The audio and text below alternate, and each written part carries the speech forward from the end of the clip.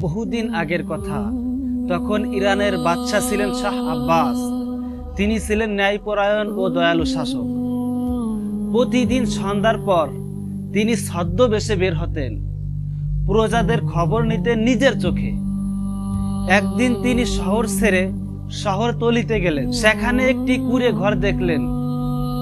দরবেশের পোশাকে দরজায় কড়া নাড়লেন। ঘরের মালিক তাকে সালাম দিলেন, সম্মানের সঙ্গে ভিতরে বসতে দিলেন। বাদশাহ লোকটির সঙ্গে কথা বললেন। বুঝলেন লোকটি দরিদ্র হলেও অনেক আনন্দে থাকে। পেশায় সে ছিল চর্মকার। সারাদিন জুতা সেলাই করে জীবিকা চালাইতো। যা আয় করত তাই দিয়ে সংসার চালাতো। বাদশাহ জিজ্ঞাসা করলেন, তুমি কিছুই সঞ্চয় রাখো না? চর্মকার বললেন, না হুজুর, যা পাই তাই দিয়েই খরচ করে ফেলি। কারণ আমি জানি রিজিকের মালিক আল্লাহ, তিনি কাউকে না খেয়ে রাখবেন না। আল্লাহর প্রতি তার ভরসা দেখে বাদশাহ অনেক খুশি হলেন। মনে মনে ভাবলেন তার ঈমানের পরীক্ষা করার দরকার। তিনি বললেন, আমি কাল আবার আসব। এ কথা বলে বাদশাহ চলে গেলেন। পরের দিন বাদশাহ ফরমান জারি করলেন, আজ থেকে কেউ জুতা সেলাই করতে পারবে না। সন্ধ্যায় বাদশাহ আবার ছদ্মবেশের চর্মকারের ঘরে গেলেন। দেখলেন আজও তার ঘরের খাবার দাবারের অভাব নেই।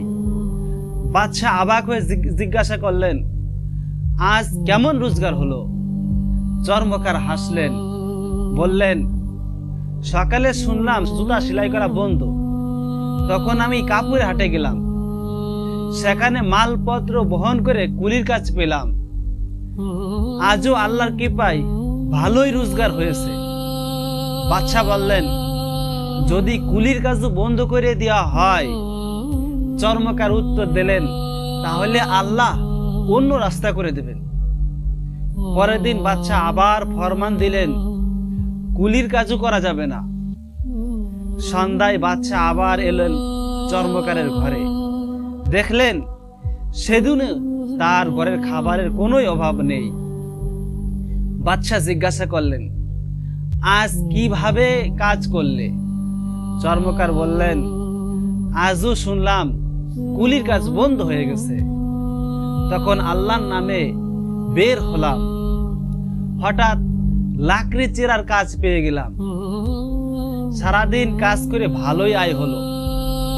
বাদশাহ বললেন, যদি লাকড়ি চিরাও বন্ধ হয়ে যায়?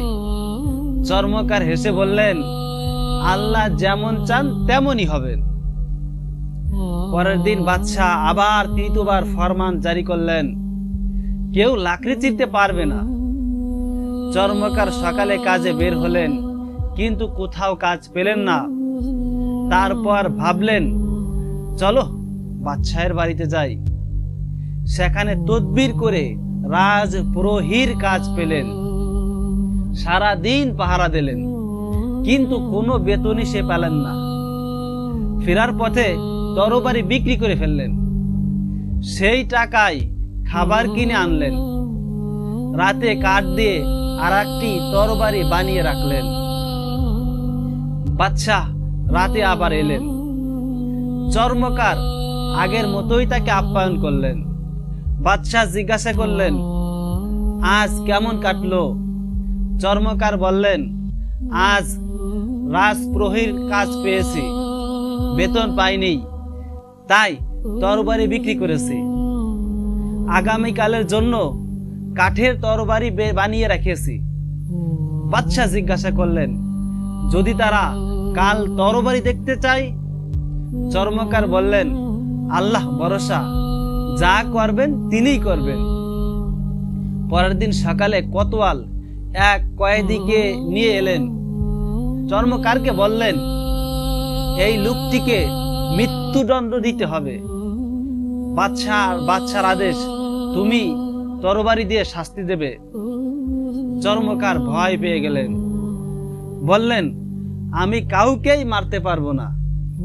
চর্মকার মনে মনে দোয়া করলেন, হে আল্লাহ, তুমি আমাকে রক্ষা করো। তখন তার মনে এক বুদ্ধি এলো। তিনি জনতার সামনে বললেন, আমি আল্লাহ নামে শপথ করছি, যদি এই লোক অপরাধী হয় তবে তরবারি তার গর্দান নেবে, আর যদি নির্দোষ হয় তবে তরবারি কাঠের হয়ে যাবে। এই কথা বলে তিনি তরবারি বের করলেন। দেখা গেল এটি কাঠের তরবারি। সবাই অবাক হয়ে গেলেন। কোতোয়াল সব খবর বাদশাকে জানালেন। বাদশা শুনে আনন্দে হাসলেন। তিনি চর্মকারকে রাজ দরবারে ডাকলেন, নিজের পরিচয় দিলেন, আমি সেই শাহ আব্বাস। তোমার আল্লাহর উপর ভরসাকে আমাকে মুগ্ধ করেছে। তুমি সত্যিই ঈমানদার ও বুদ্ধিমান। বাদশা তাকে রাজ দরবারে সম্মানজনক পদে নিয়োগ দিলেন। চর্মকার আল্লাহর শুকরিয়া আদায় করলেন। সত্যিই যে আল্লাহর উপর ভরসা করে, আল্লাহ তাআলা তাকে কখনোই নিরাশ করেন না।